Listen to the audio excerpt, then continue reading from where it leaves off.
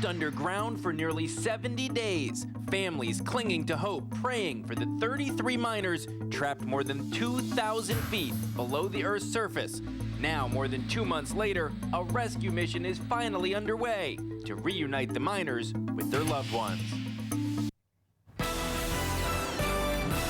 And you're taking a live look right now at the site of the massive rescue operation going on right now in Chile. Just after midnight, the first of 33 miners was rescued. Even as we watch these live pictures, the 8th miner is being pulled out from underground and brought to the surface right now. Good morning. I'm Eric Parker. And I'm Irene O'Connor. Channel 3 Eyewitness News reporter Charlie D'Agata has more now on the emotional reunions. One by one, miners are trading their underground chamber for the arms of their families. And here's what we know so far about the rescue of those miners trapped in Chile. So far, 7 miners have been rescued, and 8th is being pulled up to the surface right now. It's taken up to 1 hour to pull each man up. More than 2,000 feet to the surface right now is expected to take about 36 hours to get all of those men out, and as well as the 3 rescuers. These are some live pictures now that you're looking at of the There's that 8th rescue man. capsule. Yep, the 8th man coming up to the surface right there in that steel rescue capsule. And I think the defendant faces far more serious punishment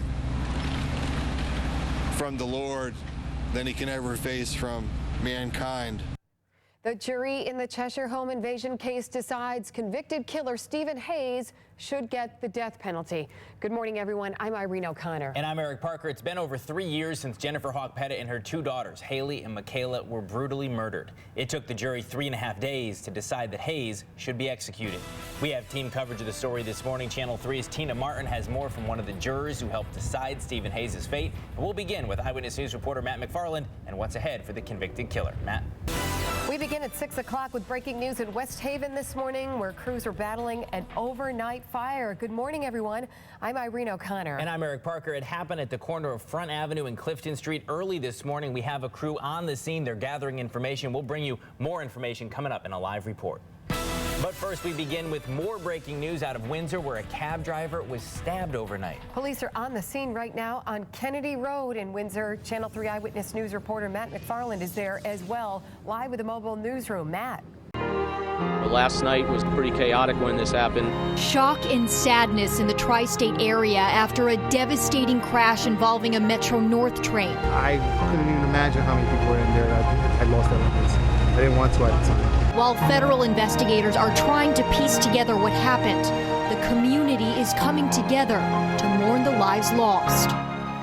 Thanks for joining us. I'm Jen Bernstein. The investigation is just getting underway, and we have team coverage tonight. First, let's begin with Fox Connecticut's Tony Terzi, who's been gathering information from the crash scene in Valhalla, New York, just over the Connecticut border. Tony. Thank you, Jen. Yes, live in Valhalla, which is about 10 or 15 minutes north of White Plains. Welcome back. The movie American Sniper has taken the box office by storm. It tells the story of U.S. Navy SEAL Chris Kyle, played by Bradley Cooper. He becomes known as one of the most deadly snipers in our country's history, saving the lives of our military members while on the battlefield. A Connecticut native plays himself in the movie, and we are grateful he is here to talk about his experience. Joining me right now is retired Navy SEAL Kevin Lace. Thank you so much for being here, and thank you for your service to our country. Thanks for having me. So tell me how this all got started. It all started with a Facebook message, actually. I was in North Carolina at Wake Forest studying to be a master's physician assistant. And my wife was still here in Connecticut. And she saw that Bradley Cooper's production company with Warner Bros. Had bought the rights to the script. And she messaged the writer and was like, hey, this is an impressive story, just don't mess it up. And the writer messaged her back, and that kind of started the relationship. And that's how I got involved and worked with Chris to help Jason tell the story. And as we know, Chris was taken from us in February.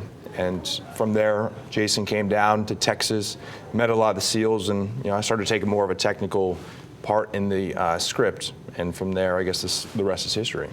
So you ended up that you were going to be a technical expert on set while this was going on? And it was Bradley Cooper, though, who put the thought in your head of maybe switching that, right? Tell us about that. I was in LA, it was February 2014, and I'm training Bradley with a buddy of mine, Rick Wallace, on how to be a sniper. And Bradley's on the gun, and he's shooting, and he just looks up. He's like, have you ever thought about playing yourself in the movie? Fox Connecticut News at 4 begins now. Guilty of murder in the first degree.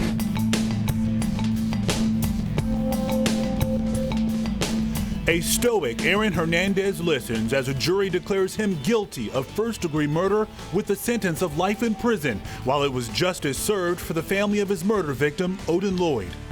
He was my strength.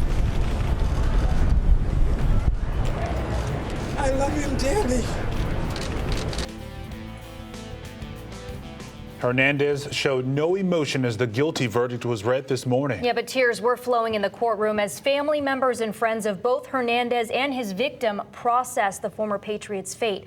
We do have team coverage this afternoon. Louisa Moeller is in Hernandez's hometown of Bristol, where the community is reacting to the verdict. Yeah, but first we begin with Fox Connecticut's John Charlton. He's in the studio with us and has complete coverage from inside the courtroom in Massachusetts. John? Fox Connecticut News at 4 begins now. Today on the Fox Connecticut News at 4, new developments on a bizarre home invasion involving the CFO of a credit union in New Britain. In Plainfield, rattled by another earthquake, we talked to the locals about the reoccurring quakes in the area. He's in the top 24, and he's going to be the next American Idol, right? Plus, Connecticut's own American Idol contestant, Nick Fradiani, honored in his hometown of East Haven as he moves on to the live voting round. But first, we begin with the weather. A brutal blast of Arctic air gripping the state this afternoon. Thanks for joining us. I'm Jen Bernstein. Meteorologist Matt Scott is on the weather watch tonight.